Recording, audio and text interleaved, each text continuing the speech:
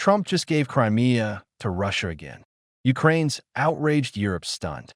And a Russian general just got blown up in Moscow. Back in D.C., NATO's holding the line, at least for now. But the Trump administration is not shy about rattling the alliance. Peace won't come easy, and neither will unity.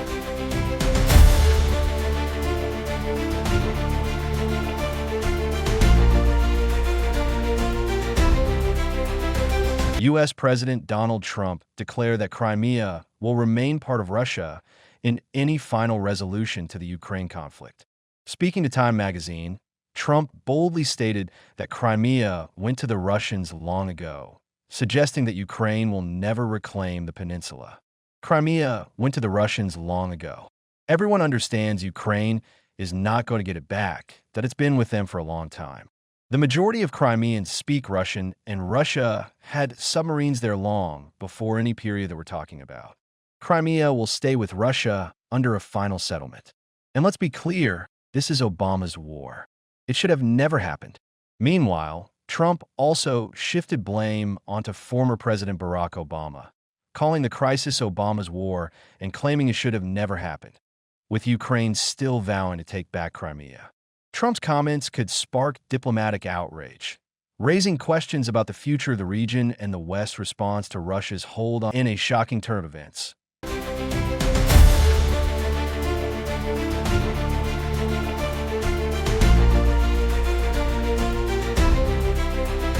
Russian two-star General LT, General Yaroslav Mikhailuk, was killed in a brutal car bomb attack on April 25th in Moscow.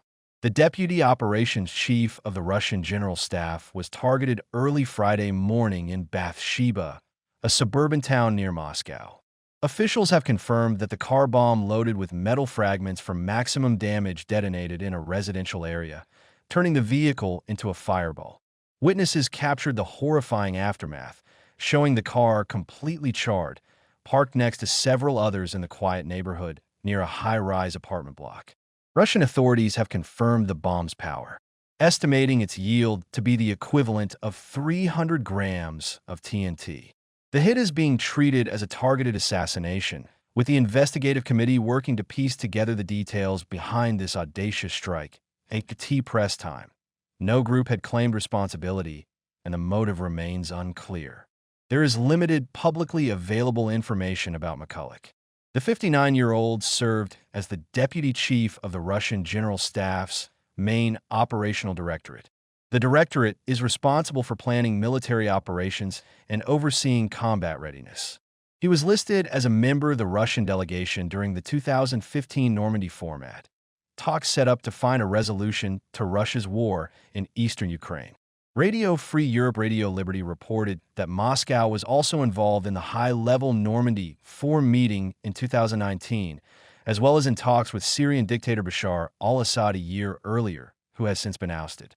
While Ukraine has not been officially linked to the recent car bombing, Kyiv has previously targeted Russian officials who play a key role in Russia's full-scale invasion.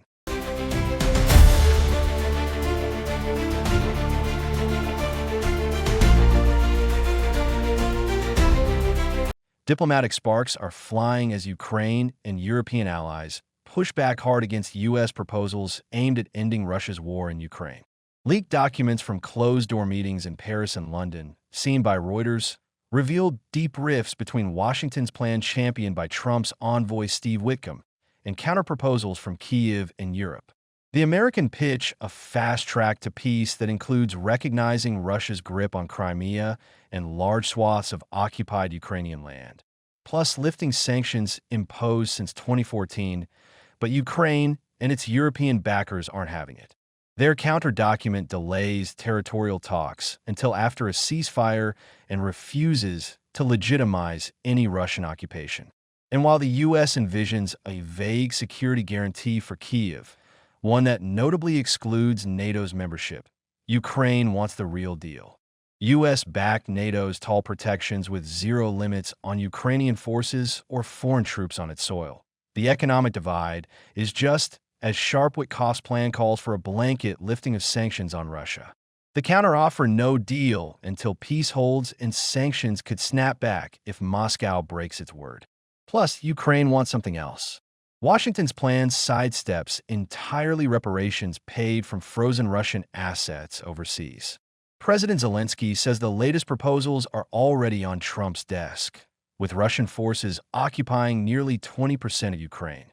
This is the most aggressive diplomatic maneuvering since the early days of the invasion. But if these documents show anything, it's that a quick fix isn't in the cards, and Ukraine won't settle for peace at the price of sovereignty.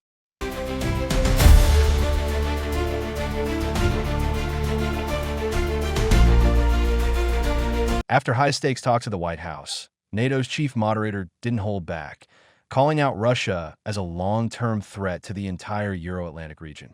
Standing shoulder to shoulder with U.S. President Donald Trump, Rutte made it crystal clear the West is united.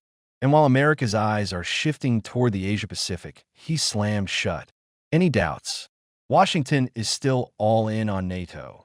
The message to Moscow, the alliance isn't backing down anytime soon. What we see here is a United States under the leadership of President Trump who first broke the deadlock. I think when you look at the outcome of the meeting yesterday in London, we can be quite positive on where we are. So I'm not seeing a situation where the US is walking. I'm seeing a situation where under President Trump's leadership, this could be brought to a positive end. And that's very important, and I really want to thank you for that. Do you think that the Russian president wants to make peace? I don't know. I worked with him for 4 years between 2010 and 2014 when I was Prime Minister of the Netherlands, and I stopped trying to read his mind. But President Putin. President Putin. You meant the Russian president. Yeah. Yes. So I worked with him for 4 years between 2010 and 2014. I stopped trying to read his mind. We'll see, but there is something on the table now, I think, where the Ukrainians are really playing ball, and I think the balls are clearly in the Russian court now. We all agree in NATO that Russia is the long-term threat to NATO territory, to the whole of the Euro-Atlantic territory. Earlier, the U.S. Secretary of State Marco Rubio lit a fire under NATO on April 23rd, calling out allies for slacking on defense, spending, and warning that the alliance is turning into a dependency, not a partnership. In a sharp rebuke, Rubio said it's time NATO's stopped being the U.S. and a bunch of junior partners backed by Defense Secretary Pete Hegseth and NSA Mike Waltz. Washington's message is crystal clear: Europe must step up or risk losing America's security shield, with Trump demanding allies spend up to 5% of GDP. The heat is on ahead of NATO's June summit. NATO is good as long as NATO is real, as long as it's a real defense alliance, not the United States and a bunch of junior partners that aren't doing their fair share. It has to be a NATO in which your partners are carrying their weight.